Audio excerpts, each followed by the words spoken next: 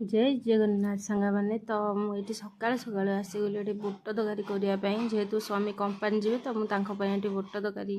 जोगाड़ी जोगाड़ी सारा पर बापा सीढ़ू डाकिले कि झील माछ ने तो ये माछ को भल लगे ये देखो बाछी दौची जेहेतु काती रही जाए से तो काटिक दिखती तथापि भी आदि काती रही जाए तो मुझे भल से माछटा क्लीन कर धोई दौची देखु माछ चिकेन जहाँ भी आणतु तो ताकू धोई सारा पर ही तरकारी करेंगे न धोईकी तरकारी करेंगे केवे भी माछ तो समस्ते धुअती तो प्राय जन अच्छा चिकेन आनले धुअती नहीं मु तो कहि जहाँ भी आणुंट बाहर आणुंट ना तो धोईकी तरकारी करूँ तो ये मु माछ को भल से परिष्कार करी भल से धोईदेवी कौन करवा मु ही माछ धोइबी आउ किए धोइब ये मु सकाळु सकाळु आइंस हो गली ये माछ को देख मत के अनईची मत तो आखि देखी बहुत डर लगे यहाँ कौन बो कहला कि यहाँ पानी आखिया माछ बोली तो आखि केते बड़ बड़ आखि देखु तो शीत दिने सकाळु सकाळु ठंडा पानी रे माछ धोइबा केमती लागे तो आपण माने कहिबे तो मुझे देखो माछ धुआ हो गला तो ये मुझे लुण हलदी गोले देची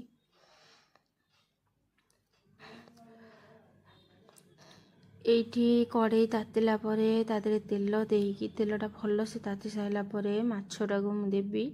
तो जब भी आपण मैंने माछ भजा कि माछ भजा कर तरकारी कर कि भजा खावाई भी करते बड़े भी करूँ फास्ट देखिए कड़ईटा तातिब तापर तेल भल से ततई सारापर माछ पकेबे नहले माछ भांगी जीव किसी जन अच्छा माने तेल न तातिला पूर्वर ही से कौन करती माछ पकई दिखती से माछ भांगी जाए तो भल से ताति सारापर माछटा को पकेले देखिए माछर माने गोटे भी भांगनी ये देखो मो माछ लुक देखु गोटे भी माछ भांगनी तो मुझे काली रात पापड़ छानी तो जेहेतु रही जाता गोटे हमिकी फाड़े देकी मुझे खाऊँ सी कहते तू पागेली तो कौन करवा निज केयर नवा भी समय मिलूनी जेहेतु रोसई बास एसबू कला बेलू चेहरा को आउ कौन तो भगवान जहाँ को जमी सेमती तो पागेली कौन मु तो सकाल सकाल ये रोसई रे लगी जाइए तो ये भजाटा को बसई देकी ये आसिकी तरकारी मसला प्रिपरेशन कली जेहेतु मुझे जीरा सोस दे कथा स्वामी कहले कि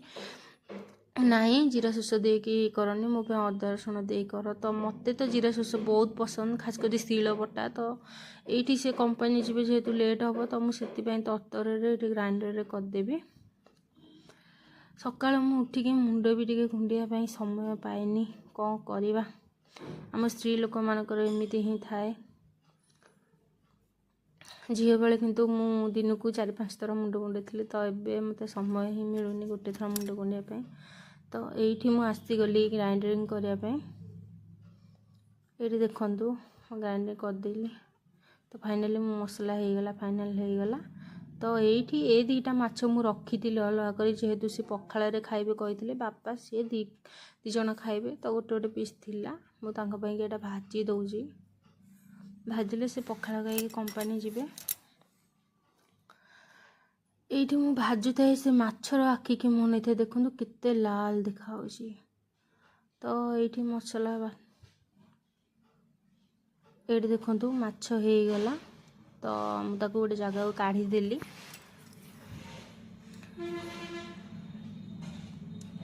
काढ़ी सारापर ये मुझे थोईदेकी आसीगली माछ तरकारी करने मसला प्रस्तुत कली फास्ट तेल देदेली तापर अदा रसुण जहाँ भी मुझे बाटी सब पकईदेली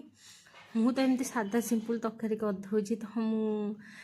आपण मैंने कौन केमती लगुच मुझे जाननी तो मुझे ही करदे तरतर जेहेतु से नहीं कंपानी जी अलरेडी टाइम हो गला तो मुझे बाध्य तरतर सब करदे तो ये देखो मो तरकारी मसलार लुकटा देखो कौ भाया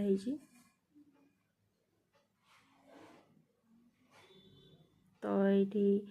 मसला डब्बा नहीं आसली एबे मु लंका गुंड पकेबी फास्ट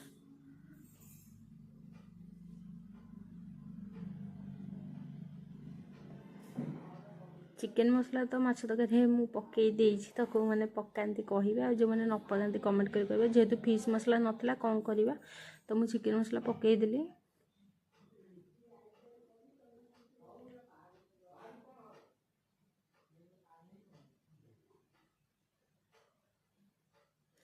ଏଠି ହଳଦୀ ଗୁଣ୍ଡ ଦେଉଛି।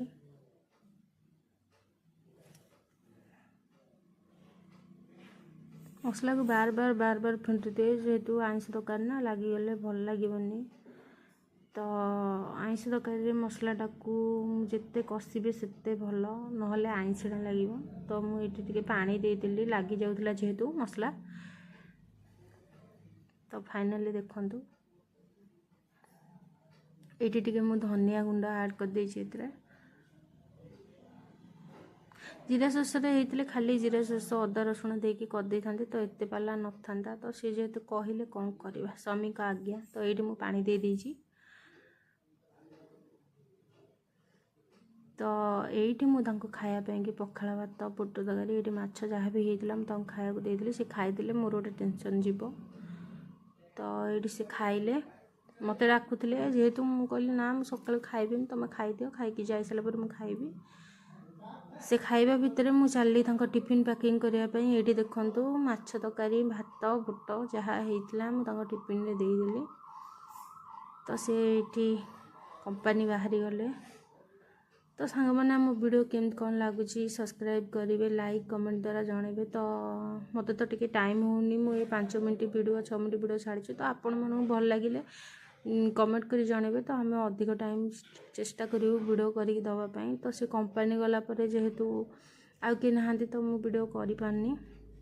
ତ ଏଇଠି ରହିଲି। ଜୟ ଜଗନ୍ନାଥ ସାଙ୍ଗମାନେ, ଭିଡ଼ିଓ କେମିତି କ'ଣ ଲାଗିଲା କମେଣ୍ଟ ଦ୍ୱାରା ଜଣାଇବେ।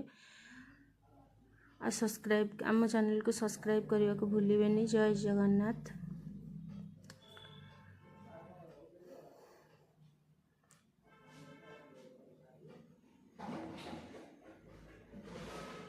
ତ ଦେଖନ୍ତୁ ସେ ରାସ୍ତା କରେ ଯାଇକି ସେଇଠି ଷ୍ଟାଇଲ୍ ମାରି ହୁଅନ୍ତି, ଚୁଟି ସାଇଜ୍ କରୁଛନ୍ତି। ମୁଁ ସବୁ ଦେଖୁଛି ଯେ ତମେ ଆଜି ଆସ।